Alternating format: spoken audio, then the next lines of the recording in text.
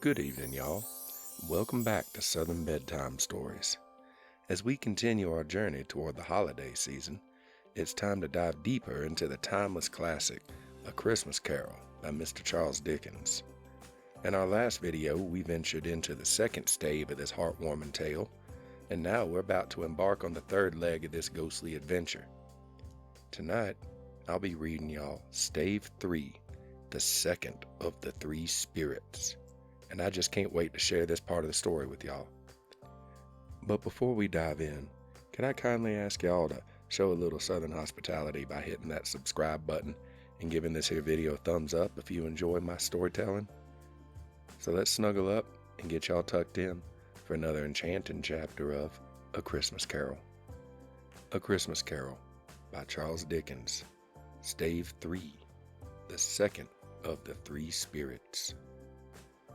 Awakening in the middle of a prodigiously tough snore, and sitting up in bed to get his thoughts together, Scrooge had no occasion to be told that the bell was again upon the stroke of 1. He felt that he was restored to consciousness in the right nick of time for the especial purpose of holding a conference with the second messenger dispatched to him through Jacob Marley's intervention. But finding that he turned uncomfortably cold when he began to wonder which of his curtains this new specter would draw back, he put them every one aside with his own hands, and lying down again, established a sharp lookout all round the bed. For he wished to challenge the spirit on the moment of its appearance, and did not wish to be taken by surprise and made nervous. Gentlemen of the free and easy sort, who plumed themselves on being acquainted with a move or two, and being usually equal to the time of day, expressed the wide range of their capacity for adventure by observing that they are good for anything from pitch and toss to manslaughter, between which opposite extremes, no doubt, there lies a tolerably wide and comprehensive range of subjects. Without venturing for Scrooge quite as heartily as this, I don't mind calling on you to believe that he was ready for a good broad field of strange appearances, and that nothing between a baby and a rhinoceros would have astonished him very much. Now, being prepared for almost anything, he was not by any means prepared for nothing, and consequently, when the bell struck 1 and no shape appeared, he was taken with a violent fit of trembling. 5 minutes, 10 minutes, quarter of an hour went by, yet nothing came. All this time he lay upon his bed, the very core and center of a blaze of ruddy light which streamed upon it when the clock proclaimed the hour, and which, being only light, was more alarming than a dozen ghosts, as he was powerless to make out what it meant, or what would be at, and was sometimes apprehensive that he might be at that very moment an interesting case of spontaneous combustion without having the consolation of knowing it. At last, however, he began to think, as you or I would have thought at first, for it is always the person not in the predicament who knows what ought to have been done in it, and would unquestionably have done it too. At last, I say, he began to think that the source and secret of this ghostly light might be in the adjoining room, from whence, on further tracing it, it seemed to shine. This idea taking full possession of his mind, he got up softly and shuffled in his slippers to the door. The moment Scrooge's hand was on the lock, a strange voice called him by his name and bade him enter. He obeyed. It was his own room, there was no doubt about that, but it had undergone a surprising transformation. The walls and ceiling were so hung with living green that it looked a perfect grove, from every part of which bright gleaming berries glistened. The crisp leaves of holly, mistletoe, and ivy reflected back the light, as if so many little mirrors had been scattered there, and such a mighty blaze went roaring up to the chimney, as that dull petrification of a hearth had never known in Scrooge's time, or Marley's, or for many and many a winter season gone. Heaped up on the floor to form a kind of throne were turkeys, geese, game, poultry, brawn, great joints of meat, sucking pigs, long wreaths of sausages, mince pies, plum puddings, barrels of oysters, red-hot chestnuts, cherry-cheeked apples, juicy oranges, luscious pears, immense twelfth cakes, and seething bowls of punch that made the chamber dim with their delicious steam. In easy state upon this couch there sat a jolly giant, glorious to see, who bore a glowing torch in shape not unlike Plenty's horn, and held it up, high up, to shed its light on Scrooge as he came peeping round the door. "Come in," exclaimed the ghost. "Come in, and know me better, man." Scrooge entered timidly, and hung his head before this spirit. He was not the dogged Scrooge had been, and though the spirit's eyes were clear and kind, he did not like to meet them. "I am the ghost of Christmas present," said the spirit. "Look upon me." Scrooge reverently did so. It was clothed in a simple green robe, or mantle, bordered with white fur. This garment hung so loosely on the figure that its capacious breast was bare, as if disdaining to be warded or concealed by any artifice.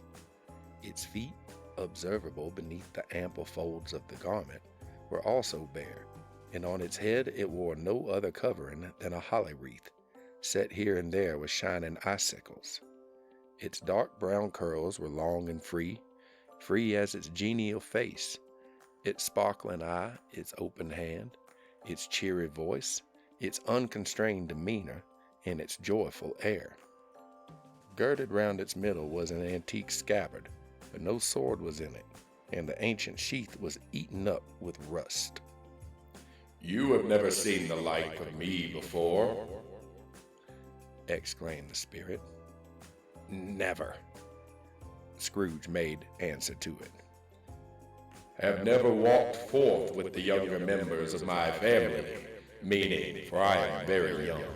My elder brother is born in these later years," pursued the phantom. I don't think I have," said Scrooge. "I'm afraid I have not. Have you had many brothers, spirit?" "More than 1,800. said the ghost. "A tremendous family to provide for," muttered Scrooge. The ghost of Christmas present rose. "Spirit," said Scrooge submissively, "conduct me where you will. I went forth last night on compulsion, and I learned a lesson which is working now. Tonight, if you have aught to teach me, let me profit by it." "Touch my robe." Scrooge did as he was told, and held it fast. Holly, mistletoe, red berries, ivy, turkeys, geese, game, poultry, brawn, meat, pigs, sausages, oysters, pies, puddings, fruit, and punch all vanished instantly. So did the room, the fire, the ruddy glow, the hour of the night, and they stood in the city streets on Christmas morning, where, for the weather was severe, the people made a rough but brisk and not unpleasant kind of music, in scraping the snow from the pavement in front of their dwellings and from the tops of their houses, whence it was mad delight to the boys to see it come pluming down onto the road below and splitting into artificial little snowstorms.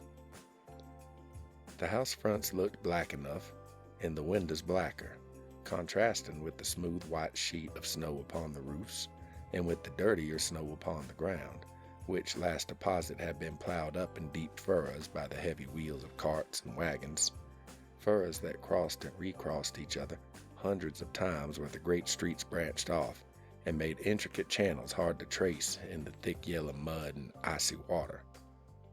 The sky was gloomy, and the shortest streets were choked up with a dingy mist, half thawed, half frozen, whose heavier particles descended in a shower of sooty atoms, as if all the chimneys in Great Britain had, by one consent, caught fire, and were blazing away to their dear hearts' content.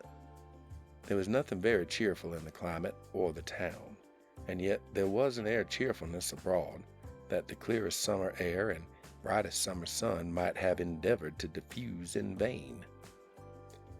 For the people who were shoveling away on the housetops were jovial and full of glee, calling out to one another from the parapets, and now and then exchanging a facetious snowball, better-natured missile far than the many a wordy jest, laughing heartily if it went right, and not less heartily if it went wrong. The poulterers' shops were still half open, and the fruiterers were radiant in their glory. There were great round pot-bellied baskets of chestnuts, shaped like the waistcoats of old jolly gentlemen, lolling at the doors and tumbling out into the street in their apoplectic opulence. There were ruddy, brown-faced, broad-girthed Spanish onions, shining in the fatness of their growth like Spanish friars, and winking from their shelves in wanton slyness at the girls as they went by, and glanced demurely at the hung-up mistletoe. There were pears and apples, clustered high in blooming pyramids. There were bunches of grapes, made in the shopkeeper's benevolence to dangle from conspicuous hooks, that people's mouths might water gratis as they passed. There were piles of filberts, mossy and brown, recalling in their fragrance ancient walks among the woods, and pleasant shufflings ankle-deep through withered leaves.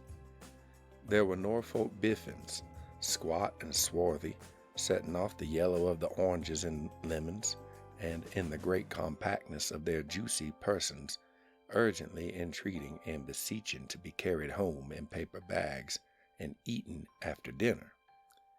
The very gold and silver fish, set forth among these choice fruits in a bowl, though members of a dull and stagnant-blooded race, appeared to know that there was something going on, and to a fish went gasping round and round their little world in slow and passionless excitement. The grocers, oh, the grocers, nearly closed, with perhaps 2 shutters down or 1, but through those gaps such glimpses. It was not alone that the scales descending on the counter made a merry sound, or that the twine and roller parted company so briskly, or that the canisters were rattled up and down like juggling tricks, or even that the blended scents of tea and coffee were so grateful to the nose, or even that the raisins were so plentiful and rare, the almonds so extremely white, the sticks of cinnamon so long and straight, the other spices so delicious, the candied fruits so caked and spotted with molten sugar as to make the coldest onlookers feel faint and subsequently bilious.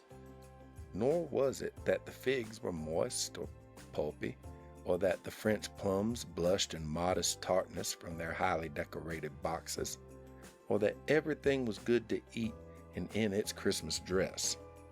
But the customers were all so hurried and so eager in the hopeful promise of the day that they tumbled up against each other at the door, crashing their wicker baskets wildly, and left their purchases upon the counter and came running back to fetch them, and committed hundreds of the like mistakes in the best possible humor, while the grocer and his people were so frank and fresh that the polished hearts with which they fastened their aprons behind might have been their own, worn outside for general inspection and for Christmas dolls to peck at if they chose.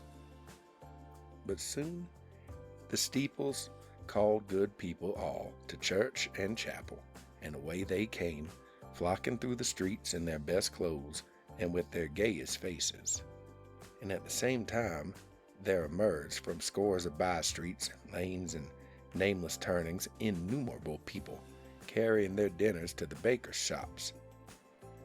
The sight of these poor revelers appeared to interest the spirit very much, for he stood with Scrooge beside him in a baker's doorway, and taking off the covers as their bearers passed, sprinkled incense on their dinners from his torch. And it was a very uncommon kind of torch, for once or twice, when there were angry words between some dinner carriers, who had jostled each other, he shed a few drops of water on them from it, and their good humor was restored directly, for they said it was a shame to quarrel upon Christmas Day. And so it was.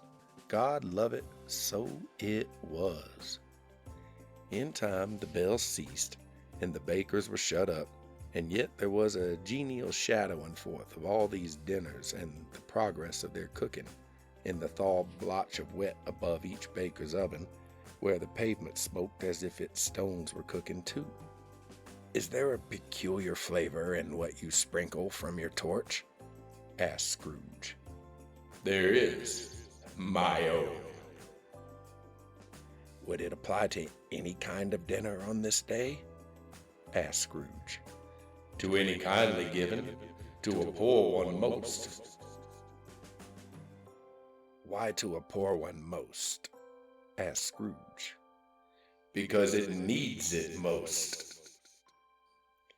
"Spirit," said Scrooge, after a moment's thought, "I wonder you, of all the beings in the many worlds about us, should desire to cramp these people's opportunities of innocent enjoyment."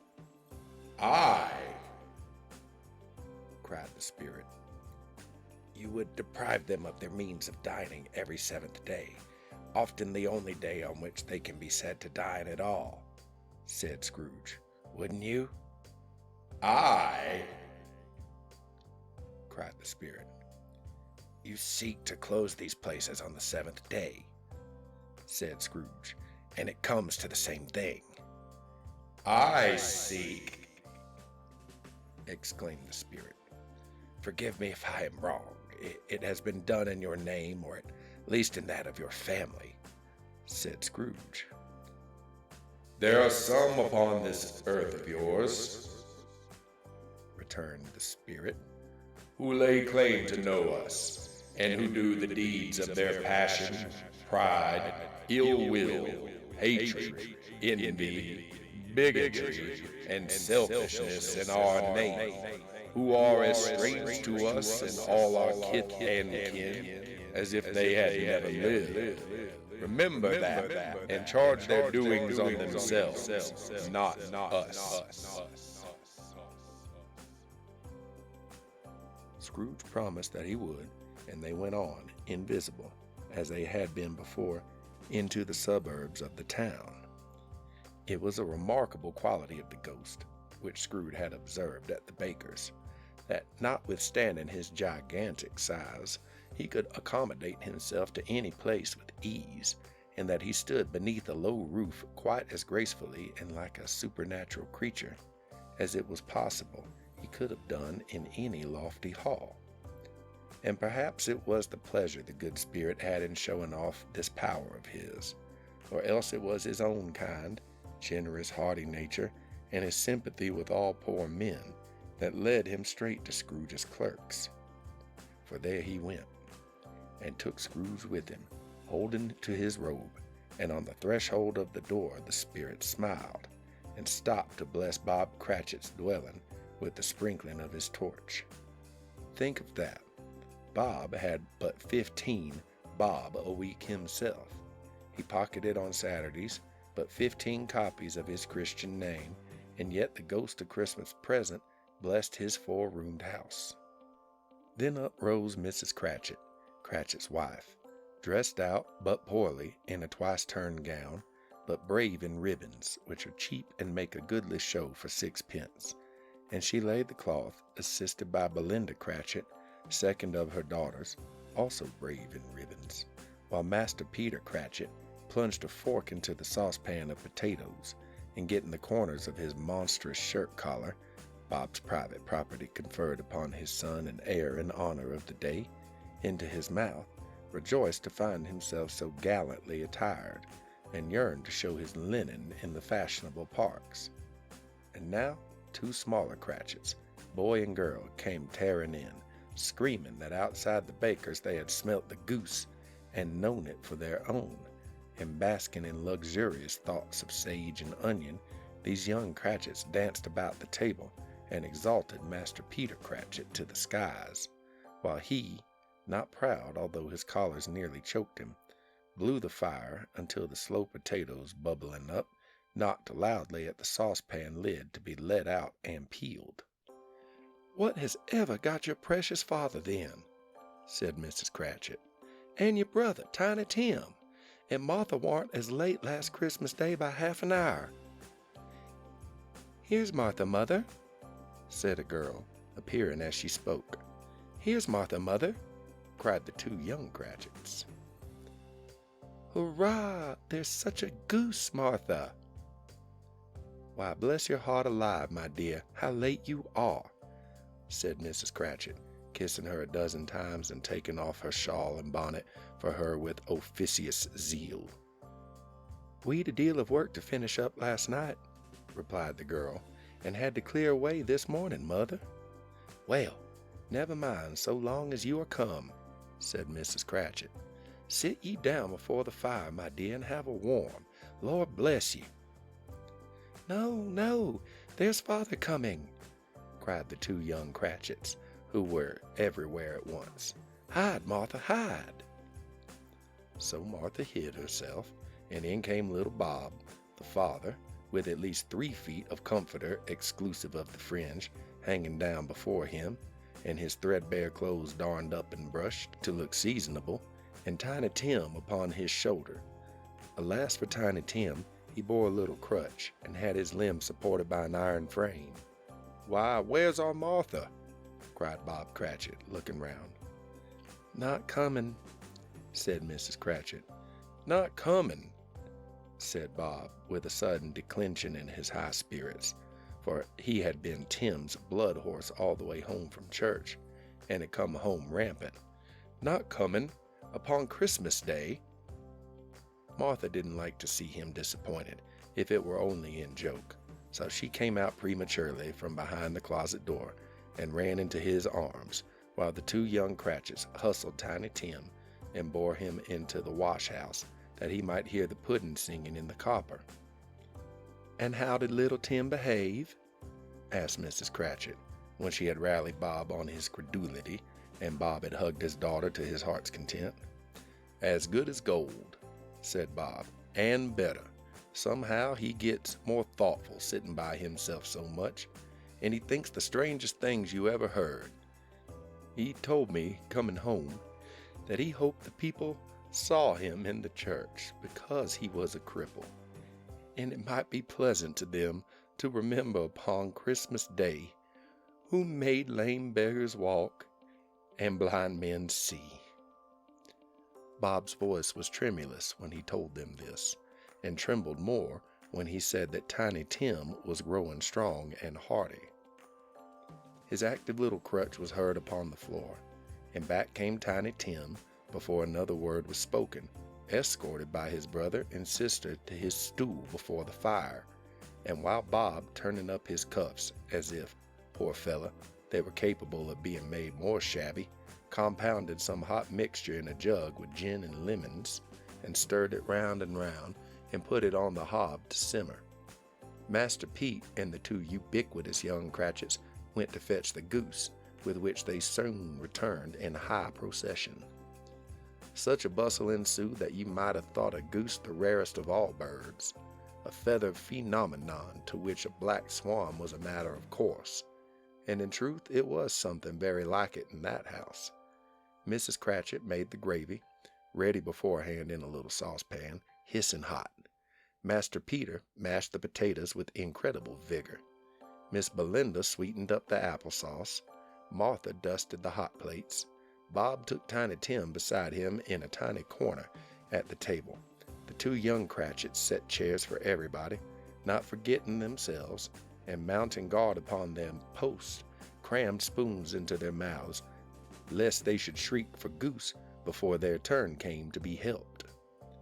At last the dishes were set on, and grace was said. It was succeeded by a breathless pause, as Mrs. Cratchit, looking slowly all along the carving knife, prepared to plunge it in the breast.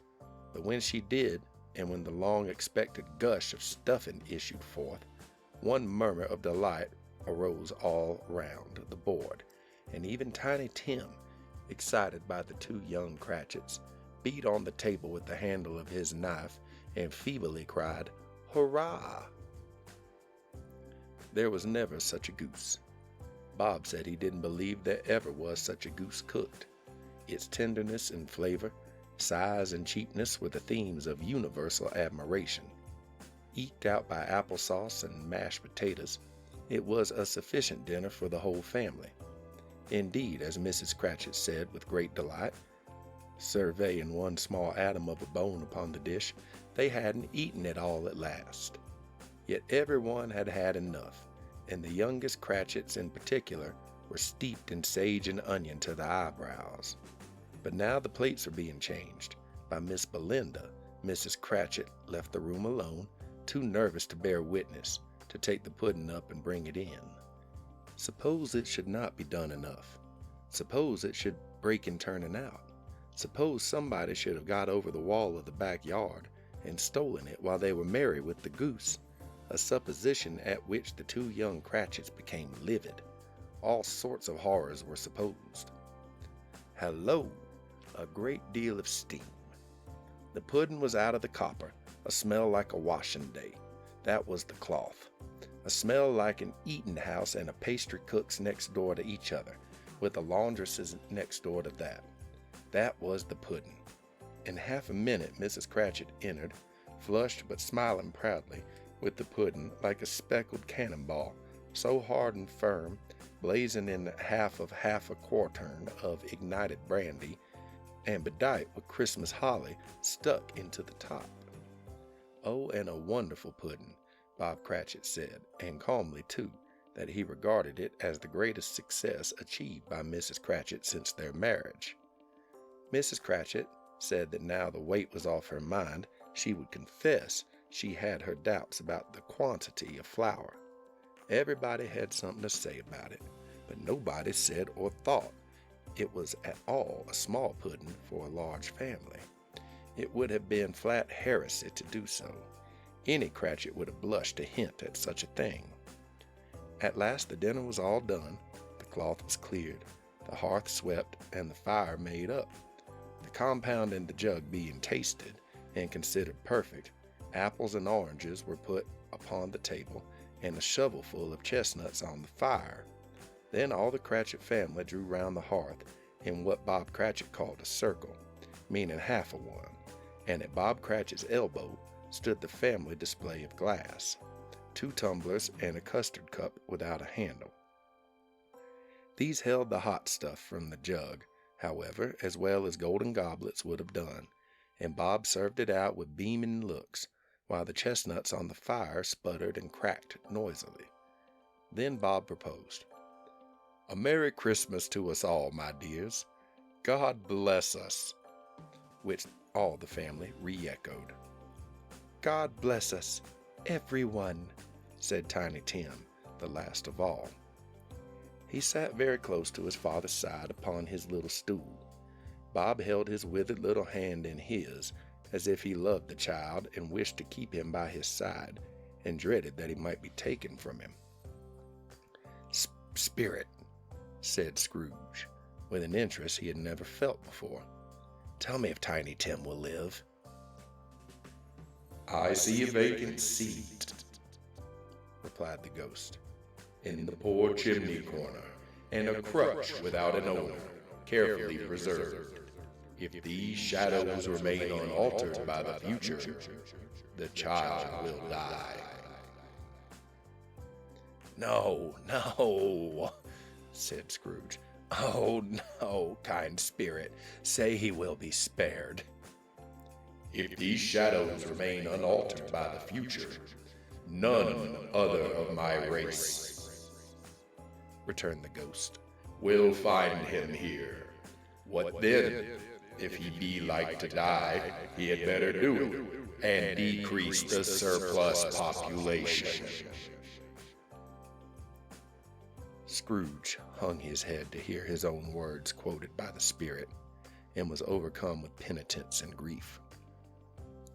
"Man," said the ghost, "if a man you be in heart, not adamant, forbear that wicked cant until you have discovered what the surplus is and where it is. Will you decide what men shall live, what men shall die? It may be that in the sight of heaven, you are more worthless and less fit to live than 1,000,000 like this poor man's child. Oh God, to hear the insect on the leaf pronouncing on the too much life among his hungry brothers in the dust. Scrooge bent before the ghost's rebuke, and trembling cast his eyes upon the ground, but he raised them speedily on hearing his own name. "Mr. Scrooge," said Bob. "I'll give you Mr. Scrooge, the founder of the feast." "The founder of the feast, indeed," cried Mrs. Cratchit, reddening. "I wish I had him here. I'd give him a piece of my mind to feast on, and I hope he'd have a good appetite for it." "My dear," said Bob, "the children, it's Christmas Day." "It should be Christmas Day, I am sure," said she, "on which one drinks the health of such an odious, stingy, hard, unfeeling man as Scrooge. You know he is, Robert. Nobody knows it better than you do, poor fellow." "My dear," was Bob's mild answer, "Christmas Day." "I'll drink his health for your sake and the day's," said Mrs. Cratchit, "not for his. Long life to him, a Merry Christmas and a Happy New Year. He'll be very merry and happy, I have no doubt." The children drank the toast after her. It was the first of their proceedings which had no heartiness. Tiny Tim drank it last of all, but he didn't care twopence for it. Scrooge was the ogre of the family. The mention of his name cast a dark shadow on the party, which was not dispelled for full 5 minutes. After it had passed away, they were 10 times merrier than before, from the mere relief of Scrooge, the baleful, being done with. Bob Cratchit told them how he had a situation in his eye for Master Peter, which would bring in, if obtained, full 5 and 6 pence weekly. The 2 young Cratchits laughed tremendously at the idea of Peter's being a man of business, and Peter himself looked thoughtfully at the fire from between his collars, as if he were deliberating what particular investments he should favor when he came into the receipt of that bewildering income. Martha, who was a poor apprentice at a milliner's, then told them what kind of work she had to do, and how many hours she worked at a stretch, and how she meant to lie abed tomorrow morning for a good long rest, tomorrow being a holiday she passed at home, and how she had seen a countess and a lord some days before, and how the lord was much about as tall as Peter, at which Peter pulled up his collar so high you couldn't have seen his head if you had been there. All this time the chestnuts and the jug went round and round, and by they had a song about a lost child traveling in the snow, from Tiny Tim, who had a plaintive little voice and sang it very well indeed. There was nothing of high mark in this. They were not a handsome family. They were not well dressed. Their shoes were far from being waterproof. Their clothes were scanty, and Peter might have known, and very likely did, the inside of a pawnbroker's. But they were happy, grateful, pleased with one another, and contented with the time, and when they faded and looked happier yet in the bright sprinklings of the Spirit's torch at parting, Scrooge had his eye upon them, and especially on Tiny Tim, until the last. By this time it was getting dark, and snowing pretty heavily, and as Scrooge and the Spirit went along the streets, the brightness of the roaring fires in kitchens, parlors, and all sorts of rooms was wonderful. Here the flickering of the blaze showed preparations for a cozy dinner, with hot plates baking through and through before the fire, and deep red curtains ready to be drawn to shut out cold and darkness. There all the children of the house were running out into the snow to meet their married sisters, brothers, cousins, uncles, aunts, and to be first to greet them. Here again were shadows on the window blind of guests assembling, and there a group of handsome girls, all hooded and fur-booted, and all chattering at once, tripped lightly off to some near neighbor's house, where, woe upon the single man who saw them enter, artful witches, well they knew it in a glow. But if you had judged from the numbers of people on their way to friendly gatherings, you might have thought that no one was at home to give them welcome when they got there. Instead of every house expecting company and piling up its fires half chimney high, blessings on it, how the ghost exulted. How it bared its breadth of breast, and opened its capacious palm, and floated on, outpouring with a generous hand its bright and harmless mirth on everything within its reach. The very lamplighter who ran on before, dotting the dusky street with specks of light, and who was dressed to spend the evening somewhere, laughed out loudly as the spirit passed, though little kenned the lamplighter that he had any company but Christmas. And now, without a word of warning from the ghost, they stood up upon a bleak and desert moor, where monstrous masses of rude stone were cast about, as though it were the burial place of giants, and water spread itself wheresoever it listed or would have done so, but for the frost that held it prisoner. And nothing grew but moss and furze, and coarse rank grass. Down in the west the setting sun had left a streak of fiery red, which glared upon the desolation for an instant like a sullen eye, and frowning lower, yet, was lost in the thick gloom of darkest night. "What place is this?" asked Scrooge. "A place where miners live, who labor in the bowels of the earth," returned the spirit. "But they know me. See." A light shone from the window of a hut, and swiftly they advanced towards it. Passing through the wall of mud and stone, they found a cheerful company assembled round a glowing fire. An old man and woman, with their children and children's children, and another generation beyond that, all decked out gaily in their holiday attire. The old man, in a voice that seldom rose above the howling of the wind upon the barren waste, was singing them a Christmas song. It had been a very old song when he was a boy, and from time to time they all joined in the chorus. So surely as they raised their voices, the old man got quite blithe and loud, and so surely as they stopped, his vigor sank again. The spirit did not tarry here, but bade Scrooge hold his robe, and passing on above the moor sped whither? Not to see, to see. To Scrooge's horror, looking back, he saw the last of the land, a frightful range of rocks behind him, and his ears were deafened by the thundering of water, as it rolled and roared and raged among the dreadful caverns it had worn, and fiercely tried to undermine the earth. Built upon a dismal reef of sunken rocks, some league or so from shore, on which the water chafed and dashed, the wild year through there stood a solitary lighthouse. Great heaps of seaweed clung to its base, and storm birds, born of the wind one might suppose, as seaweed of the water, rose and fell about, like the waves they skimmed.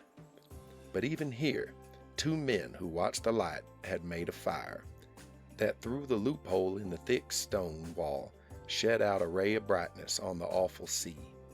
Joining their horny hands over the rough table at which they sat, they wished each other Merry Christmas in their can of grog, and one of them, the elder too, with his face all damaged and scarred with hard weather, as the figure of an old ship might be, struck up a sturdy song that was like a gale in itself. Again the ghost sped on, above the black and heaving sea, on, until, being far away, as he told Scrooge, from any shore, they lighted on a ship. They stood beside the helmsman at the wheel, the lookout in the bow, the officers who had the watch, dark, ghostly figures in their several stations. But every man among them hummed a Christmas tune, or had a Christmas thought, or spoke below his breath to his companion of some bygone Christmas day, with homeward hopes belonging to it. And every man on board, waking or sleeping, good or bad, had had a kinder word for another on that day than on any day in the year, and had shared to some extent in its festivities, and had remembered those he cared for at a distance, and had known that they delighted to remember him. It was a great surprise to Scrooge, while listening to the moaning of the wind, and thinking what a solemn thing it was to move on through the lonely darkness over an unknown abyss, whose depths were secrets as profound as death. It was a great surprise to Scrooge, while thus engaged, to hear a hearty laugh. It was a much greater surprise to Scrooge to recognize it as his own nephew's, and to find himself in a bright, dry, gleaming room with the Spirit standing smiling by his side, and looking at that same nephew with approving affability. "Ha ha!" laughed Scrooge's nephew. "Ha ha ha!" If you should happen by any unlikely chance to know a man more blessed in a laugh than Scrooge's nephew, all I can say is, I should like to know him too. Introduce me to him, and I'll cultivate his acquaintance. It is a fair, even-handed, noble adjustment of things, that while there is infection and disease and sorrow, there is nothing in the world so irresistibly contagious as laughter and good humor. When Scrooge's nephew laughed in this way, holding his sides, rolling his head, and twisting his face in the most extravagant contortions, Scrooge's niece, by marriage, laughed as heartily as he, and their assembled friends, being not a bit behindhand, roared out lustily, "Ha ha ha ha ha ha! He said that Christmas was a humbug, as I live!" cried Scrooge's nephew. "He believed it too." "More shame for him, Fred," said Scrooge's niece indignantly. "Bless those women, they never do anything by halves. They are always in earnest." She was very pretty, exceedingly pretty, with a dimpled, surprised-looking capital face, a ripe little mouth that seemed to be kissed, as no doubt it was, all kinds of good little dots about her chin that melted into one another when she laughed, and the sunniest pair of eyes you ever had saw in any little creature's head. Altogether, she was what you would call provoking, you know, but satisfactory too. Oh, perfectly satisfactory. "Now he's a comical old fella," said Scrooge's nephew. "That's the truth, and not so pleasant as he might be. However, his offenses carry their own punishment, and I have nothing to say against him." "I'm sure he's very rich, Fred," hinted Scrooge's niece. "At least you always tell me so." "What of that, my dear?" said Scrooge's nephew. "His wealth is of no use to him. He don't do anything good with it. He don't make himself comfortable with it. He hadn't the satisfaction of thinking that he is ever going to benefit us with it." "Well, I have no patience with him," observed Scrooge's niece. Scrooge's niece's sisters and all the other ladies expressed the same opinion. "Oh, I have," said Scrooge's nephew. "I'm sorry for him. I couldn't be angry with him if I tried. Who suffers by his ill whims? Himself, always. Here, he takes it into his head to dislike us, and he won't come and dine with us. What's the consequence? He don't lose much of a dinner." "Indeed, I think he loses a very good dinner," interrupted Scrooge's niece. Everybody else said the same, and they must be allowed to have been competent judges, because they had just had dinner, and with the dessert upon the table, were clustered round the fire by lamplight.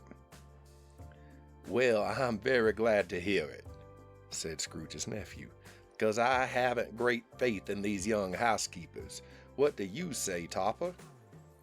Topper had clearly got his eye upon one of Scrooge's niece's sisters, for he answered that a bachelor was a wretched outcast, who had no right to express an opinion on the subject. Whereat Scrooge's niece's sister, the plump one with the lace tucker, not the one with the roses, blushed. "Do go on, Fred," said Scrooge's niece, clapping her hands. "He never finishes what he begins to say. He is such a ridiculous fella."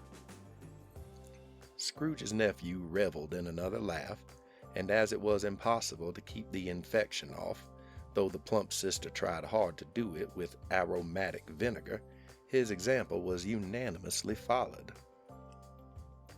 "I was only going to say," said Scrooge's nephew, "that the consequence of his taking a dislike to us and not making merry with us is, as I think, that he loses some pleasant moments which could do him no harm. I'm sure he loses pleasanter companions than he can find in his own thoughts, either in his moldy old office or his dusty chambers. I mean to give him the same chance every year, whether he likes it or not, for I pity him. He may rail at Christmas till he dies, but he can't help thinking better of it.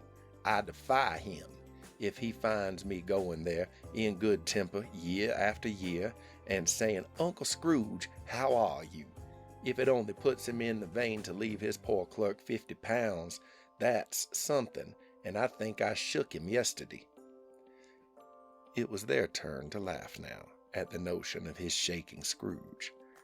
But being thoroughly good-natured, and not much caring what they laughed at, so that they laughed at any rate, he encouraged them in their merriment and passed the bottle joyously.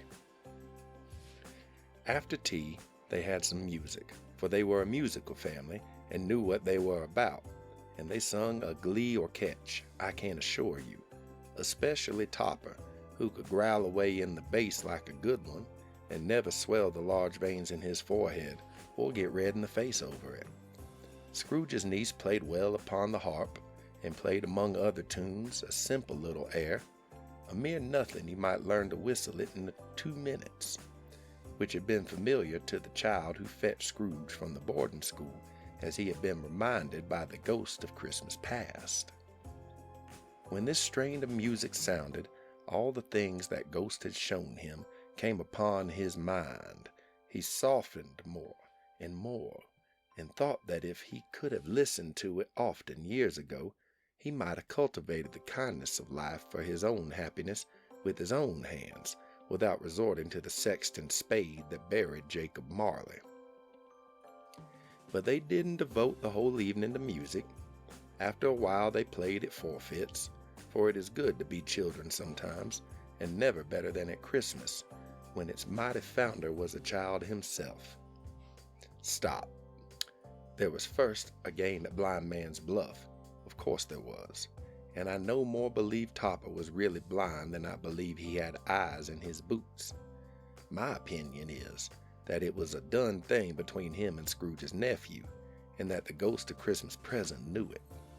The way he went after that plump sister in the lace tucker was an outrage on the credulity of human nature. Knocking down the fire irons, tumbling over the chairs, bumping against the piano, smothering himself among the curtains, wherever she went, there he went. He always knew where the plump sister was. He wouldn't catch anybody else. If you had fallen up against him, as some of them did, on purpose, he would have made a feint of endeavoring to seize you, which would have been an affront to your understanding, and would have instantly sidled off in the direction of the plump sister. She often cried out that it wasn't fair, and it really was not. But when at last he caught her, when, in spite of all her silken rustlings and her rapid flutterings past him, he got her into a corner whence there was no escape, then his conduct was the most execrable. For his pretending not to know her, his pretending that it was necessary to touch her headdress, and further to assure himself of her identity by pressing a certain ring upon her finger and a certain chain about her neck, was vile, monstrous. No doubt she told him her opinion of it, when another blind man being in office, they were so very confidential together behind the curtains. Scrooge's niece was not one of the blind man's buff party, but was made comfortable with a large chair and a footstool, in a snug corner where the ghost and Scrooge were close behind her. But she joined in the forfeits and loved her love to admiration with all the letters of the alphabet. Likewise, at the game of how, when, and where, she was very great, and to the secret joy of Scrooge's nephew, beat her sisters holler, though they were sharp girls too, as Topper could have told you. There might have been 20 people there, young and old, but they all played, and so did Scrooge, for wholly forgetting, in the interest he had in what was going on, that his voice made no sound in their ears, he sometimes came out with his guess quite loud, and very often guessed quite right too, for the sharpest needle, best Whitechapel, warranted not to cut in the eye, was not sharper than Scrooge, blunt as he took it in his head to be. The ghost was greatly pleased to find him in this mood, and looked upon him with such favor that he begged like a boy to be allowed to stay until the guest departed. But this, the spirit said, could not be done. "Here's a new game," said Scrooge. "1/2 hour, spirit, only one." It was a game called Yes and No, where Scrooge's nephew had to think of something, and the rest must find out what. He only answering their questions yes or no, as the case was. The brisk fire of questioning to which he was exposed elicited from him that he was thinking of an animal, a live animal, rather a disagreeable animal, a savage animal, an animal that growled and grunted sometimes, and talked sometimes, and lived in London, and walked about the streets, and wasn't made a show of, and wasn't led by anybody, and didn't live in a menagerie, and was never killed in a market, and was not a horse, or an ass, or a cow, or a bull, or a tiger, or a dog, or a pig, or a cat, or a bear. At every fresh question that was put to him, this nephew burst into a fresh roar of laughter, and was so inexpressibly tickled that he was obliged to get up off the sofa and stamp. At last, the plump sister, falling into a similar state, cried out, "I found it! I know what it is, Fred! I know what it is!" "What is it?" cried Fred. "It's your Uncle Scrooge!" Which it certainly was. Admiration was the universal sentiment, though some objected that the reply to "Is it a bear?" ought to have been yes, inasmuch as an answer in the negative was sufficient to have diverted their thoughts from Mr. Scrooge, supposing they had ever had any tendency that way. "He's given us plenty of merriment, I am sure," said Fred, "and it would be ungrateful not to drink his health. Here's a glass of mulled wine ready to our hand at the moment, and I say, Uncle Scrooge." "Well, Uncle Scrooge," they cried, "a Merry Christmas and a Happy New Year to the old man, whatever he is," said Scrooge's nephew. "He wouldn't take it from me, but he may have it nevertheless. Uncle Scrooge." Uncle Scrooge had imperceptibly become so gay and light of heart that he would have pledged the unconscious company in return, and thanked them in an inaudible speech if the ghost had given him time. But the whole scene passed off in the breath of the last word spoken by his nephew, and he and the spirit were again upon their travels. Much they saw, and far they went, and many homes they visited, but always with a happy end. The spirit stood beside sick beds, and they were cheerful, on foreign lands, and they were close at home by struggling men, and they were patient in their greater hope by poverty, and it was rich. In almshouse, hospital, and jail, in misery's every refuge, where vain man in his little brief authority had not made fast the door and barred the spirit out, he left his blessing and taught Scrooge his precepts. It was a long night, if it were only a night, but Scrooge had his doubts of this, because the Christmas holidays appeared to be condensed into the space of time they passed together. It was strange, too, that while Scrooge remained unaltered in his outward form, The ghost grew older, clearly older. Scrooge had observed this change, but never spoke of it until they left a children's 12th night party. When looking at the spirit as they stood together in an open place, he noticed that its hair was gray. "Are spirits' lives so short?" asked Scrooge. My life upon this globe is very brief, replied the ghost. It ends tonight. "Tonight?" cried Scrooge. Tonight at midnight. Hark, the time is drawing near. The chimes were ringing for 11:15 at that moment. "Forgive me if I am not justified in what I ask," said Scrooge, looking intently at the spirit's robe, "but I see something strange and not belonging to yourself protruding from your skirts. Is it a foot or a claw?" It might be a claw, for the flesh there is upon it, was the spirit's sorrowful reply. Look here. From the foldings of its robe it brought 2 children, wretched, abject, frightful, hideous, miserable. They knelt down at its feet and clung upon the outside of its garment. "Oh man, look here. Look down here," exclaimed the ghost. They were a boy and a girl, yellow, meager, ragged, scowling, wolfish but prostrate, too, in their humility, where graceful youth should have filled their features out and touched them with its freshest tints. A stale and shriveled hand like that of age had pinched and twisted them and pulled them into shreds. Where angels might have sat enthroned, devils lurked and glared out menacingly. No change, no degradation, no perversion of humanity in any grade through all the mysteries of wonderful creation has monsters half so horrible and dread. Scrooge started back, appalled. Having them shown to him in this way, he tried to say they were fine children, but the words choked themselves, rather than be parties to a lie of such enormous magnitude. "Spirit, are they yours?" Scrooge could say no more. "They are man's," said the spirit, looking down upon them. "and they cling to me, appealing from their fathers. This boy is ignorance. This girl is want.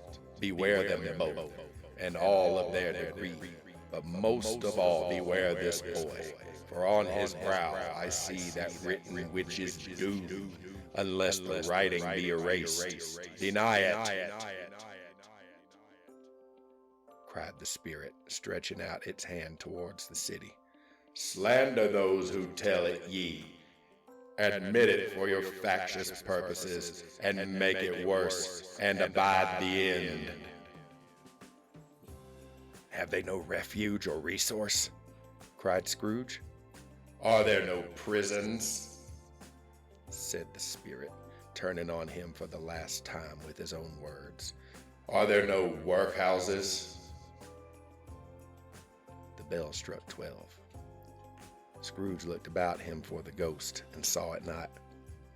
As the last stroke ceased to vibrate, he remembered the prediction of old Jacob Marley, and lifting up his eyes, beheld a solemn phantom, draped and hooded, coming like a mist along the ground towards him.